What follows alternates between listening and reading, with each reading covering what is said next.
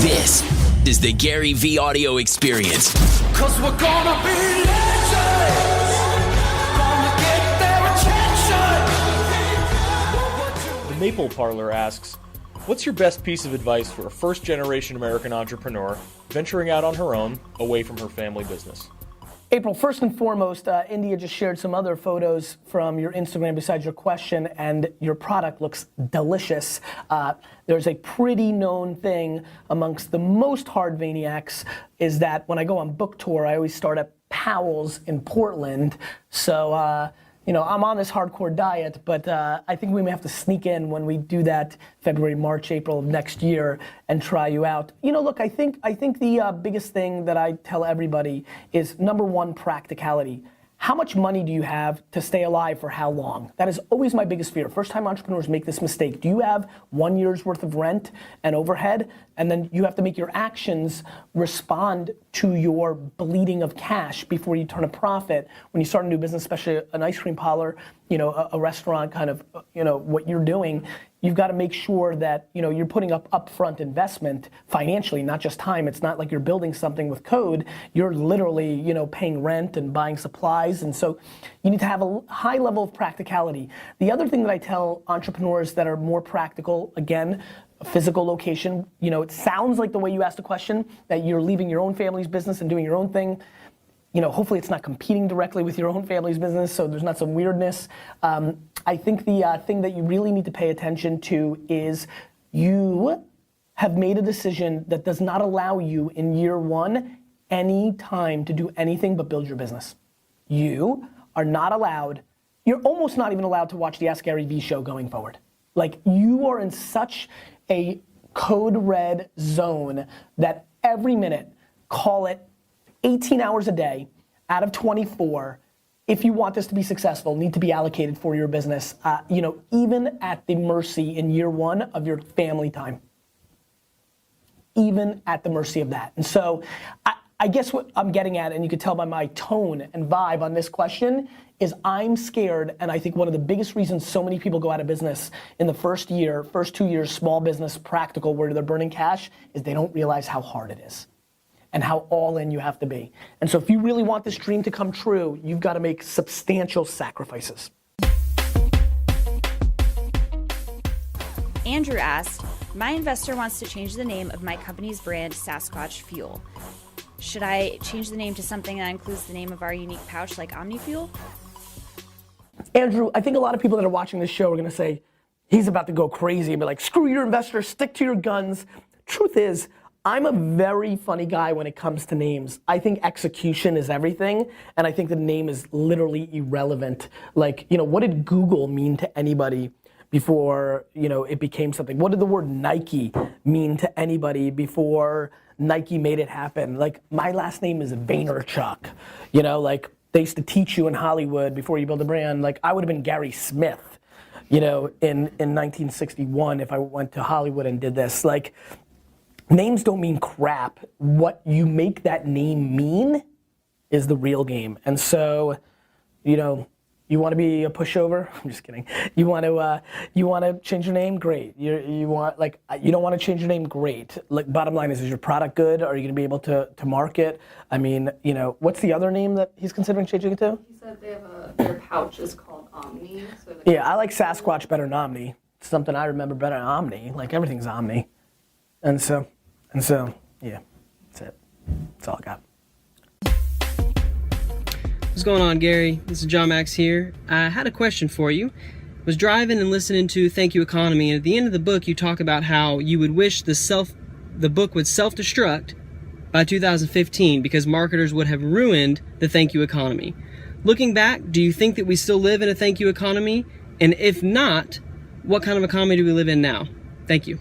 So I'll take a little bit of this because I'll help you. The Thank You Economy's premise is pretty simple, which is, can we scale one-on-one behavior? What's depth versus width, right? You think of influencers, some place that you and I have both played. Like, you could have 1 million followers, but if you said, go buy this book, both you and I know that somebody with 72,000 followers could sell more books. Depth.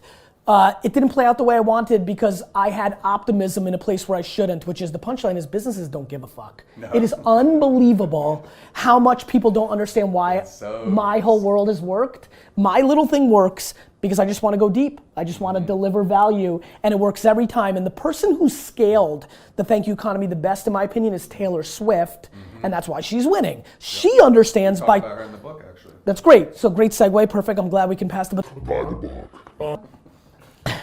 Do some sort of scary thing there, by the way, edit. I think Taylor understands that going to somebody's wedding randomly may cost her 45 minutes and not have an ROI positive game, but it does because the pickup, the amplification. Dropping a pop-up shop for these glasses for Snapchat in the Grand Canyon is not ROI positive until everybody talks about it through this kind of infrastructure, and then it does. Thank you economy has a lot of DNA ties to this, and to your question, the reason it didn't play out the way I'd hoped or inspired is companies are short term, I'm long term, and people that are thinking in 20 and 30 and 40 year terms are thinking about LTV and lifetime value and then do things that don't have value in the short term. The reality is 99% of the players don't play that way. Look, you and I have been in the same business and I think have the same values. It's remarkably frustrating when you try to convince a brand to do what you're talking about, to go deep and to actually attach yourself to a set of values or people that have those values. I always say make the content that matters, put it in front of the people it matters to, from voices that matter to them at a time that matters. It's like very simple, and they never get it. And they only want the top 1% of people, and it's like their trophy bag. And they're like, well, I got Demi Lovato to tweet about it. And it's like, well, that really doesn't mean anything. Because, it's not a bite on her. She's a mass media artist. But if I'm making a purchase decision, then I want something that's closer to me. I want something that I trust and feel some sense of shared values with. And these, big macro brands. But Taylor, she kind of overcame that by these personal experiences. She understood it. She understands there's an amplification, just this weekend, scaling she's the singing unscalable. Thanksgiving songs with Todrick Hall, who's a self-made YouTuber. She gets it. Yeah. She understands where the attention is. She deploys unscalable behavior in it, which then means it gets amplified. Yeah. What's his name again? One more time? John, all of what you heard in that book is still an opportunity today as it was 6 years ago when I wrote it.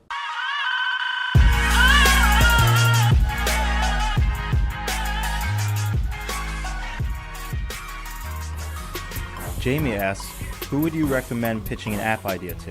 What steps would you recommend? Jamie, this is an awkward question. Let's get an awkward alert here. I don't know what you're gonna come up with, guys, but I'm excited to see it. So on my awkward alert, I don't even know what this means. This is such a basic question. I don't know why Steve loves this. He was like, I love this question. I don't love this question. Meaning, I don't know, who do you recommend pitching an app to? Well, first, if you need money, you pitch it to money people, angel investors, VCs. If you need press to get awareness, because now you're out, you pitch it to the media and press opportunities, influencers. Listen, we know how much I love the reverse engineer thing. Actually, I want to make this a crazy link up episode. Don't we have like 4? This is going to take you a while to get up, D-Rock. The Cyber Monday wine is going to be completely sold out by the time this episode gets up. Let's put up the reverse engineer hoodie specifically, because that's the one I rock, to the page. Who do you pitch it to? Whoever you need at that moment. Everything you do in business life needs to be really strategic, meaning it's got to make sense. When you're, who do you pitch an app to? You have an idea, but you can't code or create an app for crap, so you need to pitch a co-founder or a dev shop that you don't want to charge you a lot of money to actually build it. Then you need money. I already answered that. Then you need to get it out there. I already answered that. Then you need to sell it. So then you pitch your app to a strategic buyer. This is a very, very, and I don't want to pick on you. This is more, show Steve. This is more on. Can I defend myself? Yes. Okay. You were just on Seth Meyers because you invested in Delectable. Yeah. So if somebody thinks, well, gee, I have a really cool app idea. Gary invests in apps. I think that would be why they would ask the question, right? Like, how did Delectable come to your attention? A VC pitched Phil, who vets my deals. It's obviously in the wine space, so it came with context. Steve is saving himself and it's pissing me off. So I'll answer this. It's very strategic to understand one's history to predict their future. Obviously, coming from the wine world made me more susceptible to be interested in delectables. So that's the real answer.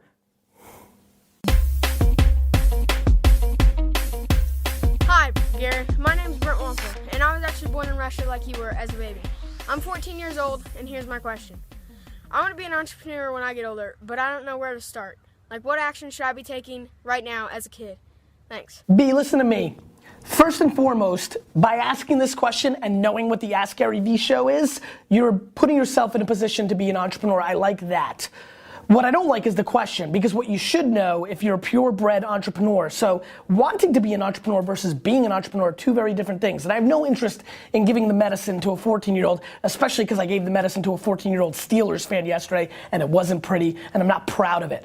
On this show is probably the second most competitive place I live in. And so what I want to tell you is this. Look, if I were you, I would sell that Under Armour sweatshirt that you're wearing in the video to some other kid in the neighborhood. I would go back in the woods in the video that you just had and find some rocks and sell them to some 9-year-old girl. That's what I did. I was that raw. Now, we're not all the same.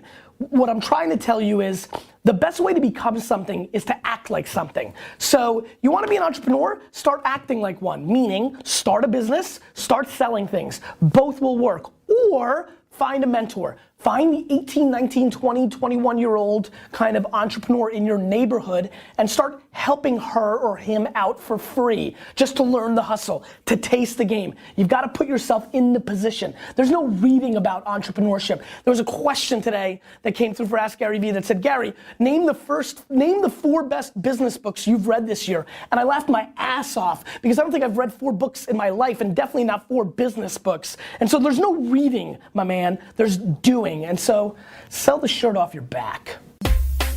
Hey guys, first and foremost, as always, humbled, thankful for you listening to the podcast. Keep hitting me up on Twitter with feedback. Also, really excited about something. Over the last several months, it's become very clear to me that the 4Ds product that VaynerMedia has, the one-day consulting session that's $10,000, that's really kind of going after a business doing $1 million, maybe 500,000 to 20 million a year in revenue, has been really working. 60 to 70% of the businesses have had ridiculous ROI from the session. And so now I'm rolling it out because it clearly works. So VaynerMedia is super proud to present the 4Ds, the daily digital deep dive, GaryVee.com/4D, the number 4D podcast, GaryVee.com 4D podcast, if you're ready to take your business to the next level.